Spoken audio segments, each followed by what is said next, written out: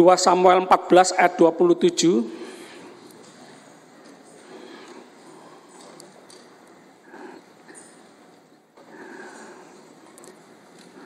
Saya mau beli waktu papa.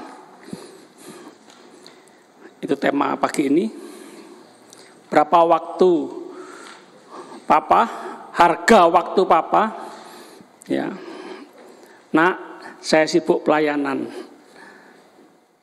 Main sama bibi, main sama mbak, main sama pembantu.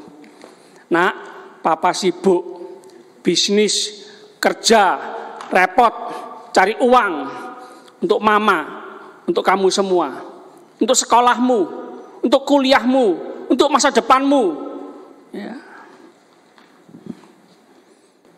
2 Samuel 14 ayat 27, bagi Absalom, wow, Absalom. Sini tidak ada yang namanya Absalom. Bagus nama Absalom. Ab dari Aba, itu ya, Bapak. Salom, oh, shalom, perdamaian, kesejahteraan, kesentosaan, ya. Bapak perdamaian, Bapak kesejahteraan, Bapak kesentosaan. Wah, bagus nama Absalom.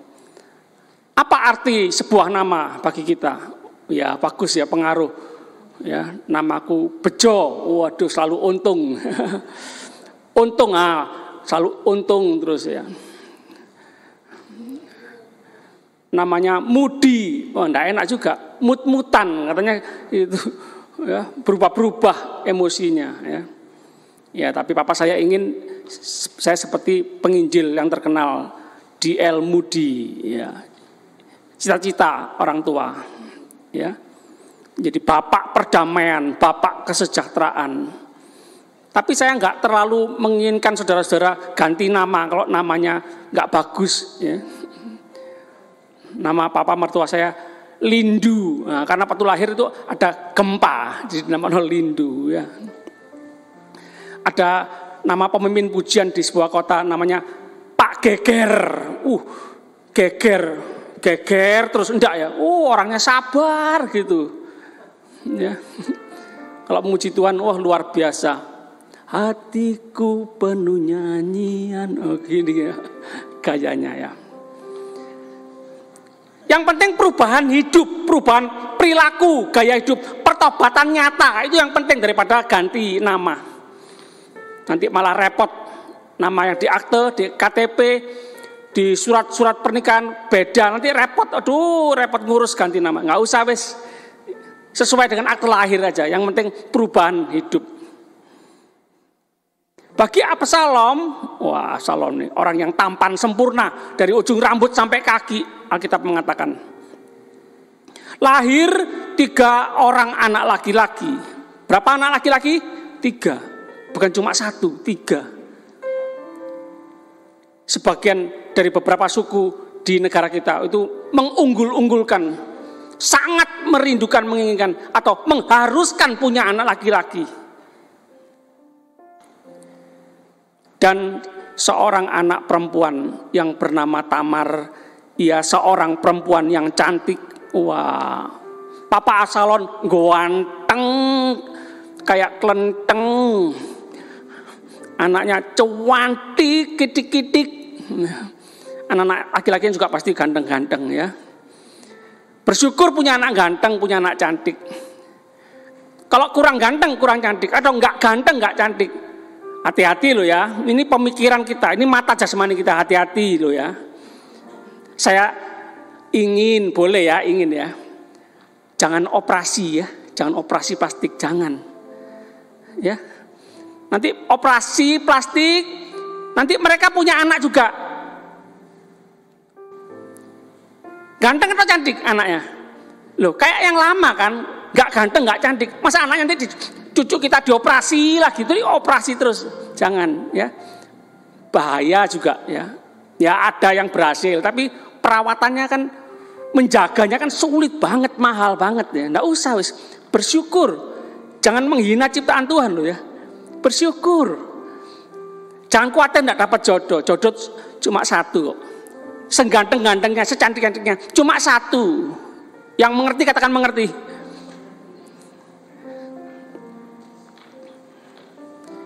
Tiga anak laki-laki, seorang anak perempuan yang cantik. Wah, 4 anak.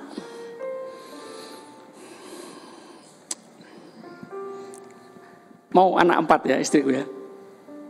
2 aja, repot ya. Ya tapi kalau dikasih Tuhan 4 ya bersyukur. Ya, dikasih 13 bersyukur.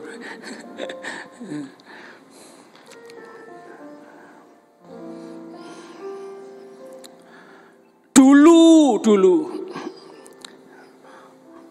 Pa, ayo main layang-layang yuk.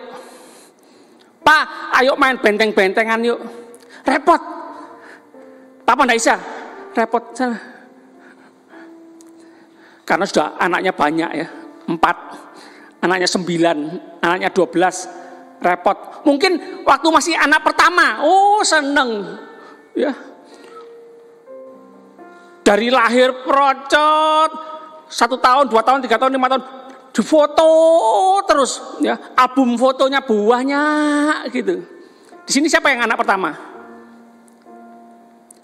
Pasti banyak fotonya di rumah ya. Siapa yang anak 2, anak kedua, anak ketiga, anak keempat? Coba di rumah cari, pasti tidak ada fotonya ya. Ada, bersyukur. Anak pertama digendong, gulung-gulung, jalan-jalan ke kebun binatang. Ada waktu. Karena ada cinta. Hatinya ada di anak. Tapi kalau sudah anak 2, 3 biasanya tidak ada waktu. Repot. Sibuk karena sudah hatinya enggak di situ. Cintanya berkurang. Sekarang, anak-anak sudah besar. Saya dengar ada anak zaman sekarang ini umur 24 jadi motivator, jadi pembicara seminar. Itu hitungannya per 75 menit atau per 45 menit. Enggak, 1,5 jam kira-kira itu $2.500. Lebih mahal daripada orang tuanya, ya. Kalau papanya berbicara atau papanya berkhotbah ini paling sukarela, ya. Sukarela, nggak nentukan tarif. Nak, anterno papa nak ke dokter nak. Anterno papa nak, kontrol nak ke dokter nak. Pak, repot pak, sibuk nih. Waktu adalah uang. Per 75 menit. Per 1,5 jam $2.500 pak. Wes mbek sopir ya pak. Pak, Bu, sadar. Ingat masa dulu. Pak, ayo main pak. Repot nak. Pak, ajari aku banyak aku sulit pak, matematika, kimia, bahasa daerah. Repot nak, sibuk sana. Jangan ganggu. Sekarang, nak, antar papa nak. Repot aku pak. Ingat, apa yang ditabur, yang dituai. Ada kejadian bukan? Anak waktu masih kecil, nabung untuk beli waktunya papa. Kan papa bilang, sibuk kerja, duit, cari uang. Wes tak beli nih pak, waktu ini papa 1 jam berapa? Harganya berapa? 1 jam berapa harganya? 200.000. Aku nabung pak. Aku mau beli waktunya papa. Yang paling aku butuhkan waktu papa, bersama-sama dengan papa. Aku seneng kalau papa gendong aku, ngajak main sama aku, gulung-gulung, guyon-guyon, ngobrol-ngobrol gitu loh. Aduh nak, obrolanmu, omonganmu, pembicaraanmu lo ndak penting nak. Aduh, yang ndak penting jangan ngomong sama papa, ngomong sama mama. Kalau sama papa itu yang penting-penting. Loh.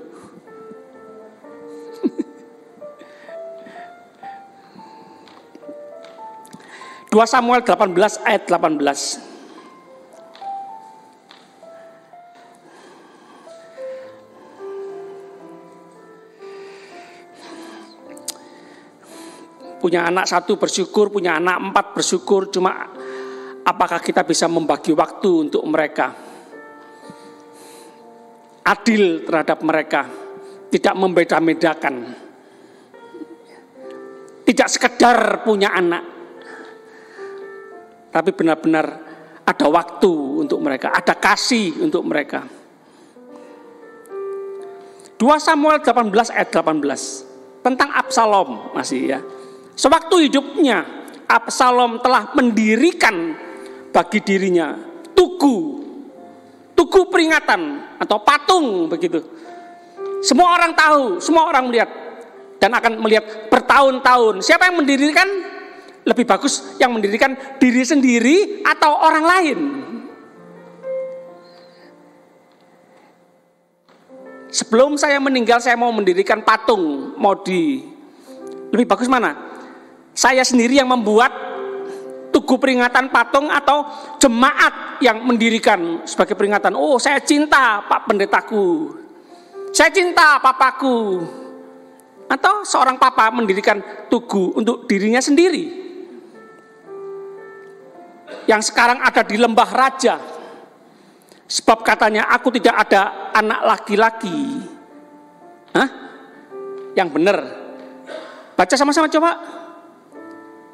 Sebab katanya aku tidak ada anak laki-laki.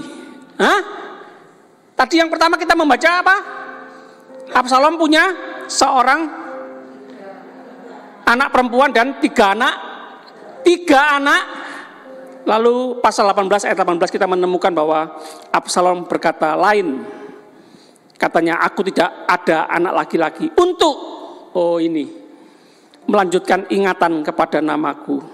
Apakah ketiga anak laki-lakinya tidak lagi membanggakan papanya, benci papanya, tinggalkan rumah, melupakan papa, tidak ingat papa, tidak ada waktu untuk papa?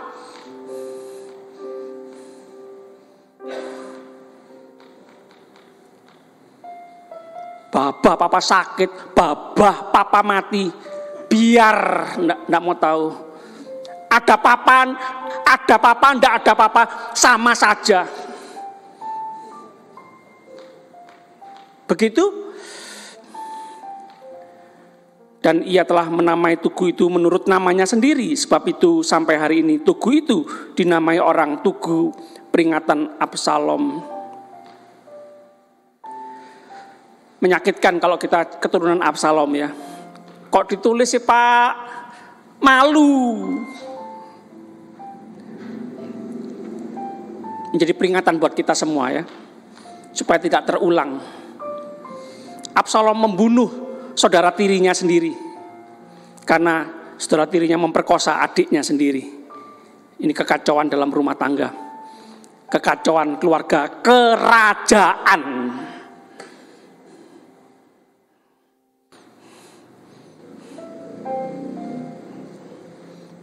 Punya besan orang kerajaan, seneng. Punya mantu pangeran, seneng. Kekayaan dia punya, kehormatan dia punya, jabatan dia punya, kedudukan dia punya, harta benda dia punya. Semua yang diinginkan, yang dibutuhkan, yang dicari-cari orang, dia punya, mereka punya. Tapi kita tahu kan, harta, uang bukan segala-galanya, kemewahan bukan segala-galanya. Itu bisa menjadi tangisan berdarah. Kalau salah menjalani dalam rumah tangga, salah menjalani pernikahan. Absalom mengkudeta ayahnya sendiri, memberontak ayahnya sendiri, melakukan makar terhadap ayahnya sendiri.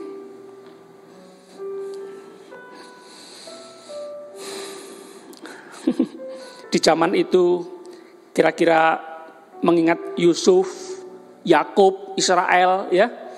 Zaman itu orang tua wafat itu banyak yang layat ya. Dikatakan 70 hari rakyat menangisi ayahnya Yusuf, yaitu Pak Yakub ya. Yang sekarang singer Pak Yakub. Anak-anaknya menguburkan ayahnya. Menyuruh para dokter untuk merempah-rempahi jenazah ayahnya. Itu dirempah-rempahi selama 40 hari zaman itu. diawetkan, tetap harum, tidak bau busuk. Karena terlalu amat sangat cinta terhadap ayah. Hidup dicintai sampai mati dicintai. Atau seperti yang tadi, terserah babah no kono, mau makan gak makan, mau loro mau sakit mau sehat, gak peduli aku, mau hidup mau mati gak peduli aku. Aku anggap papa ndak ada, atau begitu.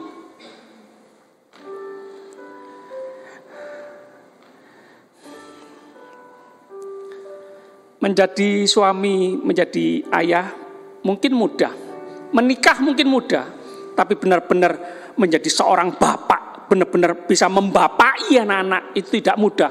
Perlu belajar, perlu mematikan keinginan daging kita ini. Ya, tidak selama-lamanya anak-anak kita bersama kita ya. Kita sebagai orang tua perlu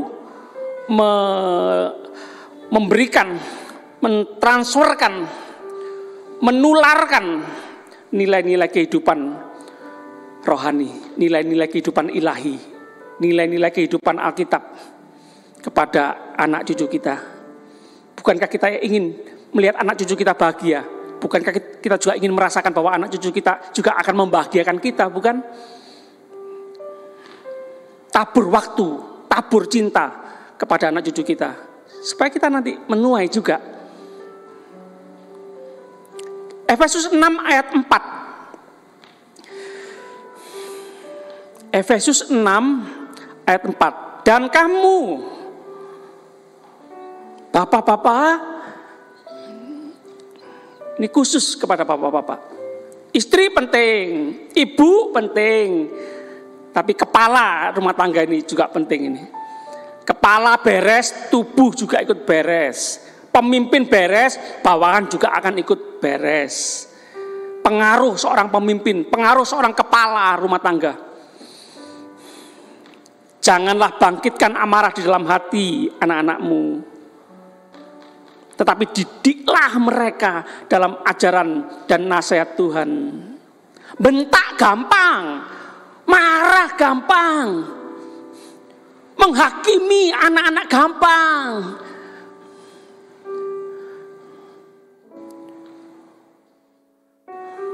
Tapi menjadi teladan, mendidik, mengajar sesuai nasihat Tuhan itu tidak gampang. Kita harus berubah dulu. Kita harus nurut sama Tuhan dulu. Kita harus taat sama Tuhan dulu. Baru kita akan bisa lebih mudah menolong anak-anak, mendidik anak-anak, memberi teladan kepada anak-anak, mengajar, menasihati anak-anak. Baru perkataan kita ada kuasa, ada kekuatan. Kalau enggak, seperti angin berlalu saja perkataan, perintah kita, ajaran kita. Anak-anak lebih memperhatikan teladan hidup perilaku kita daripada kata-kata kita. Efesus 6 ayat 4 ini mengingatkan kita ya, bapak-bapak orang tua. Hati-hati dalam mendidik, dalam mengajar, dalam memberi nasihat. Anak-anak itu peniru ulung.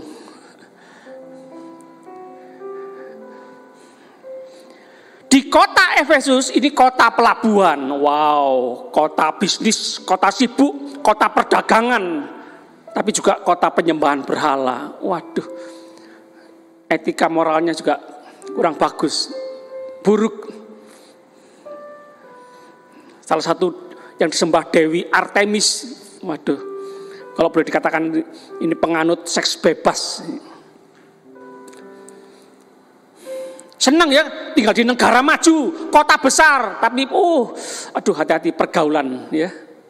Pergaulan yang buruk merusak kebiasaan yang baik. Ingat Sodom dan Gomora bukan?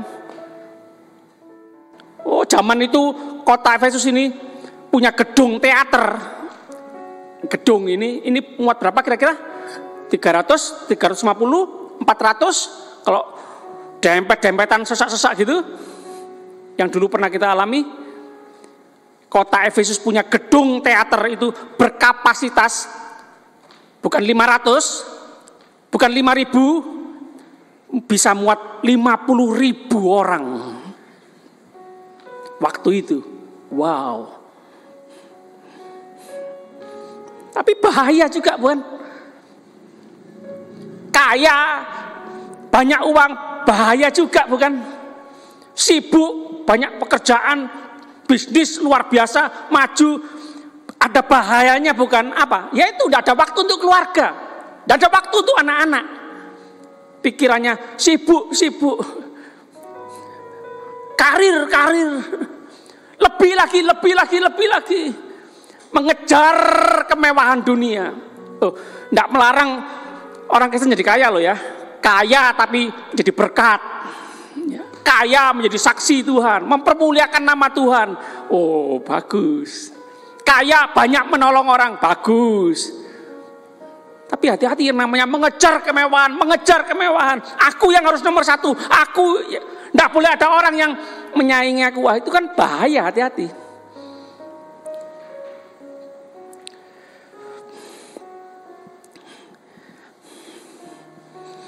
Ya, papa, ayah ya harus menjadi teladan, terutama dalam hal kerohanian ya.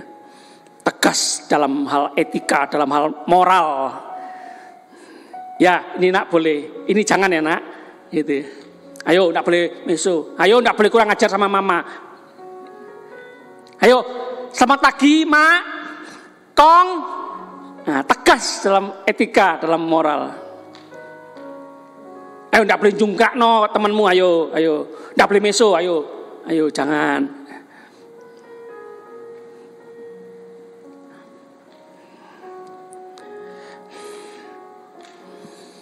Bapak, ayah-ayah di sini suka berdoa, amin. Nah, kita berkata jadi seorang imam, tidak hanya pendeta ya, tapi ayah, papa, pendoa kan. Sebelum berdoa, mendengarkan istri, mendengarkan anak, itu imam, mendengarkan dulu, baru berdoa. Tidak gampang memang, Bu, Pak, istri-istri. Bapak suami itu tidak gampang mendengar, tidak gampang, itu perjuangan. Tapi harus, itu penting. Pak Pendeta, saya ini tidak suka berdoa, sulit berdoa. Ya tidak apa-apa wes, Bapak suami doa berkat saja, doa syafaat kasih ibu, ya. Ibu kan doakan panjang ya, semua didoakan. Desa-desa, kota-kota, pelosok-pelosok, gunung-gunung, semua didoakan ya. Indonesia, Singapura, Australia, semua Amerika, Eropa, didoakan semua ya. Cuma kalau doa makan jangan ibu-ibu ya. Nanti sopnya salah adem ya. Bapak doa berkat aja wes, enggak apa-apa.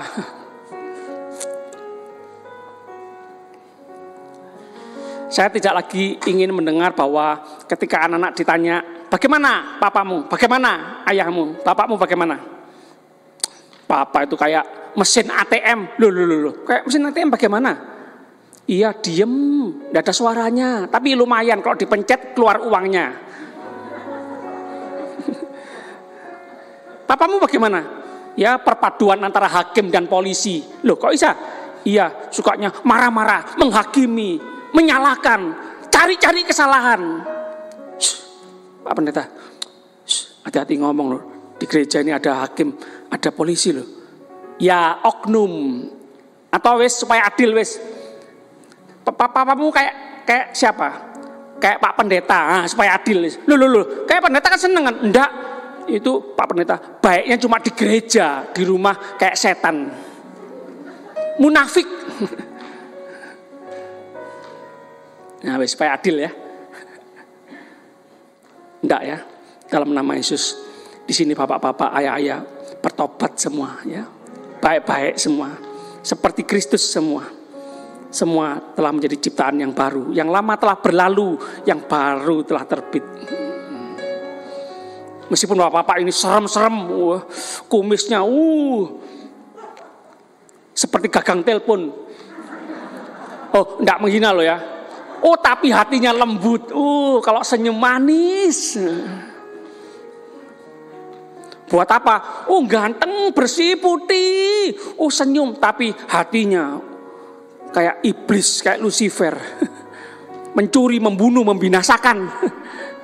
Jangan lupa loh, ada tipuan-tipuan loh di akhir zaman ini ya. Penjahat itu bukan cuma yang serem-serem, gondrong, tatoan. Belum tentu loh. Yang ganteng-ganteng, cantik-cantik, mulus-mulus, pembunuh berdarah dingin. Betul atau benar? Jangan tertipu.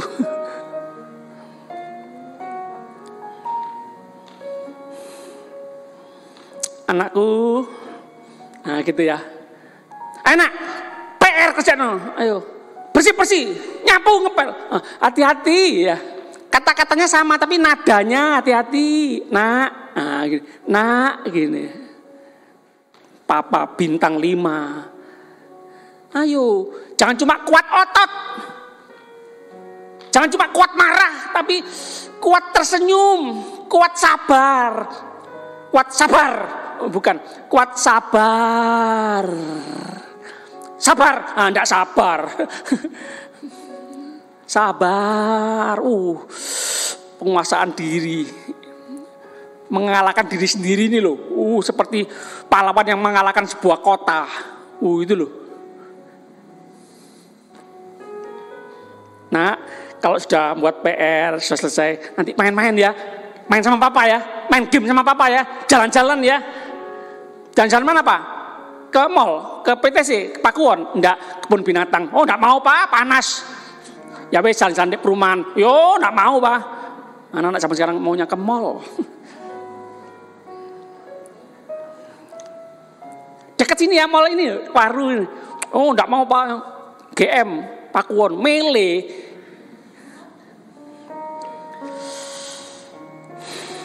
Ya, kalau ada hati pasti ada waktu ya.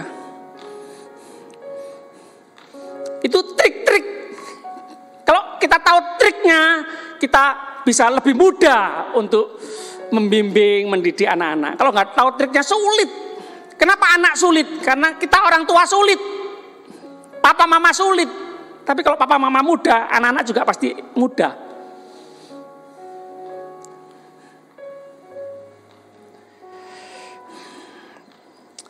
Ini penting ini ya. Kita seringkali mengatakan kepada anak-anak seperti yang tadi ya. Nak sudah, jangan ngomong yang gak penting-penting sama papa. Papa ini orang penting. Papa terbiasa rapat. Menu-menuin otaknya papa. Kalau ngomong yang gak penting-penting ngomong sama mama. Ini bahaya Bapak Ibu ternyata.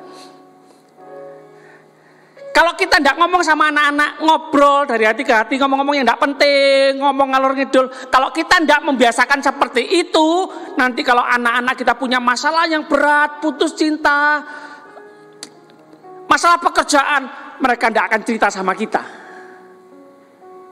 Kamu kok diem aja sih nak? Ya, kita membiasakan diem sama mereka kok. Kamu kok tidak pernah tanya sama papa sih nak? Wes. Jujur ya, maaf ya, anak zaman sekarang, anak milenial. Papaku bodoh. Papaku kayak dinosaurus Pithecanthropus. Goblok. Lebih pintar ini loh, Mbah Google ini loh. Tanya Mbah Google, betul atau benar? Tanya, pengen tahu apa aja, ada di sini.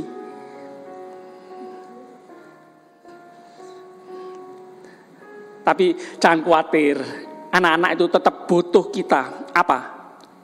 Mungkin kita nggak sepintar Mbah Google, tapi kita punya apa? Pengalaman bersama Tuhan. Kita punya teladan yang baik untuk anak-anak. Itu lebih berharga. Nggak ada di Mbah Google.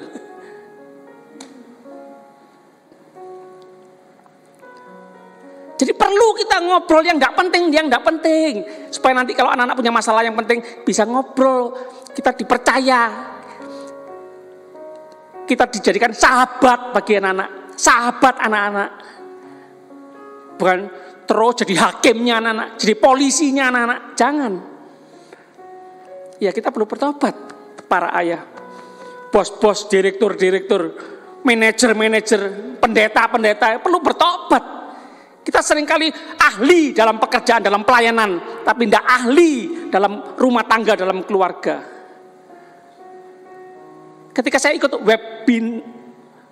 webinar, seminar di gadget ini loh, online, Jawa Timur, angka perceraian tahun 2019, tahun lalu, 8.500. Tahun 2020, belum habis ini, angka perceraian 85.000. Loh, tahun lalu 8.500, tahun ini 85.000 angka perceraian.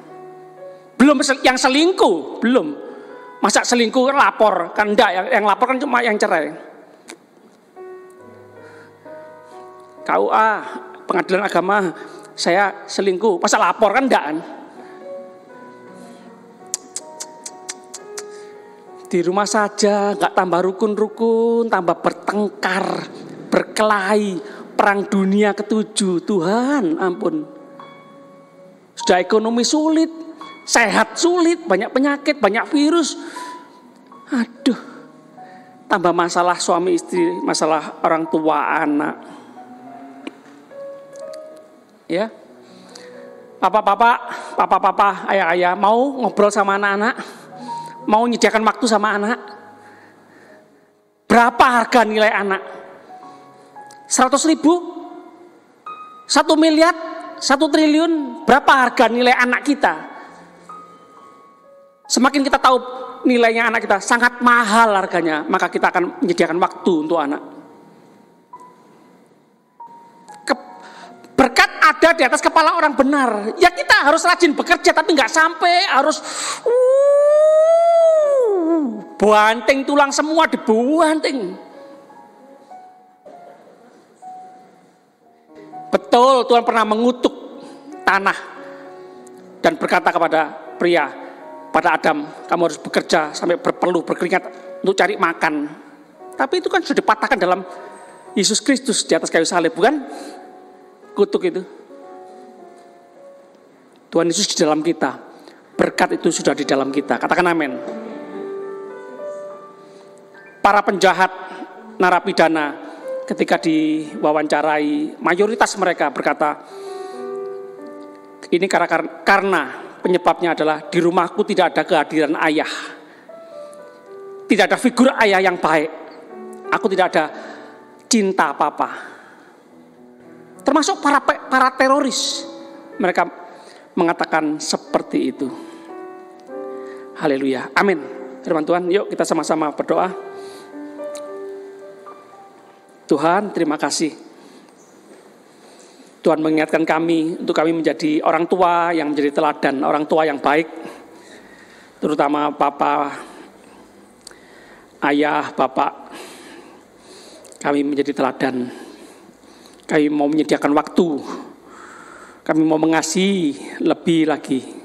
Mereka adalah anak-anak Tuhan yang Tuhan titipkan kepada kami semua. Tuhan Yesus, terima kasih. Engkau telah memberikan waktu bagi kami. Engkau meninggalkan surga yang mulia. Engkau datang ke bumi ini, ke dalam dunia ini. Bahkan Engkau mau tinggal dalam hati kami.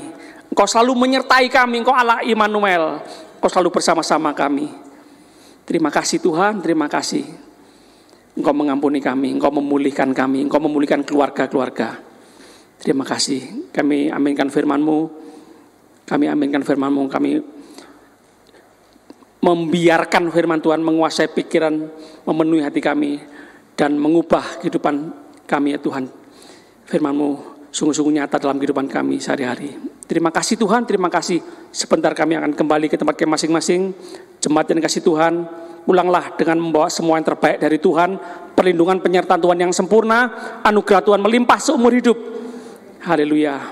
Kami berdoa, percaya, bersyukur demi nama Bapa, Putra, dan Roh Kudus, dalam nama Tuhan Yesus Kristus. Haleluya. Sama-sama katakan amin. Jemaat mohon menunggu